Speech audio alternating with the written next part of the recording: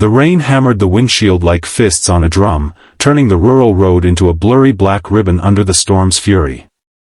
Mark Harlan gripped the wheel of his old pickup, the heater wheezing warm air that barely cut the chill. His daughter Lily, 6 years old and bundled in the passenger seat, slept against the window, her breath fogging the glass in soft puffs. Mark was bone-tired. Double shifts at the warehouse, bills stacking like storm clouds, and the constant worry that one missed payment would lose them the tiny house on the edge of town. Tonight he'd driven 30 miles out of his way to pick up a cheap load of firewood someone was giving away, just to save a few bucks on heating. That's when he saw her. A figure stood on the shoulder, soaked through, white coat plastered to her body, thumb out in the classic hitchhiker's plea. No hat, no umbrella, just shivering violently in the downpour. Mark slowed, instincts warring. He had Lily. Strangers were risks. But the woman looked young, maybe mid-20s, and the temperature was dropping fast. Leaving her would be cruel. He pulled over, tires crunching gravel. She ran to the passenger side, yanking the door open before he could second-guess. "Thank you," she gasped, climbing in, dripping everywhere. "God, thank you. My car broke down 5 miles back. Phone's dead. I thought I'd freeze." Mark nodded, keeping his eyes on the road. "Where you headed?" "Anywhere with heat and a phone charger. I'm a nurse, shift starts in 3 hours at County General. Name's Sarah." Lily stirred, blinking awake. "Daddy? Who's that?" Sarah smiled softly, teeth chattering. "Hi, sweetie. I'm Sarah. Your dad's being a hero tonight." Mark glanced at her scrubs under the wet coat, standard nurse gear. She looked exhausted, dark circles under her eyes, but her voice was warm. He cranked the heat higher.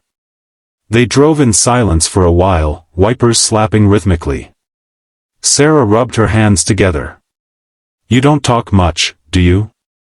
"Long day," Mark muttered. "Single dad life. Not much time for chit-chat." Sarah nodded. "I get it. My dad's the same. Worked 2 jobs after Mom left. Never complained." Lily piped up. "My mommy's in heaven. Daddy says she's watching us." Sarah's expression softened. "I'm sorry, honey. That must be hard." Mark's jaw tightened. He didn't like talking about Jenna. Cancer had taken her fast, 3 years ago. Left him with a mortgage, a kid, and a hole in his chest that never quite closed. They reached the edge of town. Mark pulled into a 24-hour diner parking lot. "You can charge your phone here. I'll wait while you call someone." Sarah hesitated. "I don't have anyone to call." "Not really. Just need to get to work." Mark sighed. "Look, you're soaked. Lily and I live 10 minutes from here.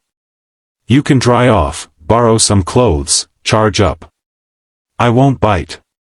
Sarah looked at him, really looked. Then at Lily, who was staring with wide, trusting eyes. "You're sure?" "Yeah. Come on." The house was small, cluttered with toys and laundry, but warm. Mark handed Sarah a towel and one of his old hoodies.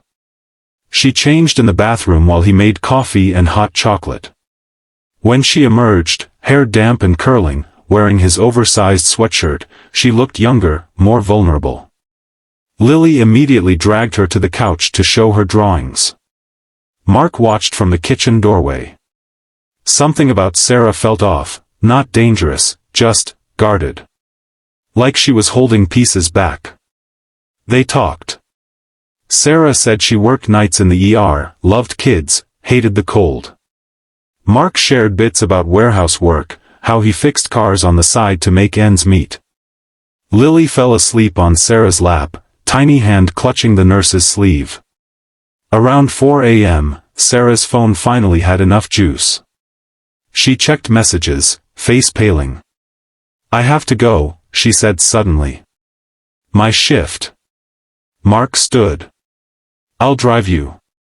The storm had eased to a steady drizzle. They buckled Lily in the back, still asleep. On the way to the hospital, Sarah was quiet.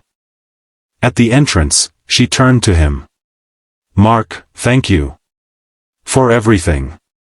Not many people would do this. He shrugged. Anyone would. No, she said softly. They wouldn't. She leaned over, kissed his cheek, quick, grateful, then slipped out. Mark drove home wondering why it felt like goodbye.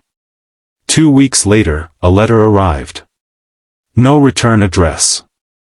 Inside, a cashier's check for $15,000. And a note. Mark. I lied. I'm not a nurse, not anymore. My name is Sarah Ellison. 3 years ago, I was driving too fast in a storm like tonight. I hit a car. A woman died. Her husband survived, barely. I panicked, left the scene. The secret ate me alive. I changed my name, became a nurse to atone, volunteering, helping where I could. But guilt never left. That night you picked me up, I was running again.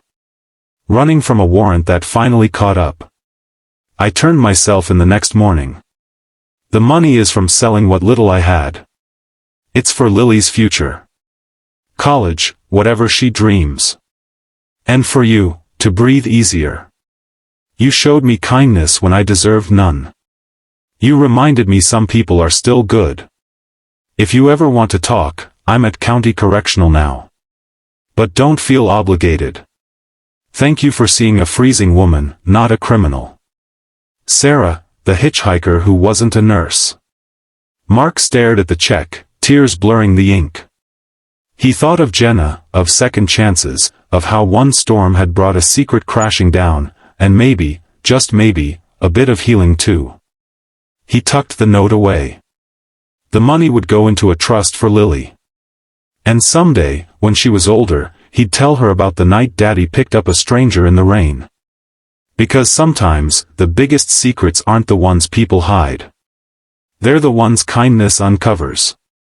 Word count, 1392.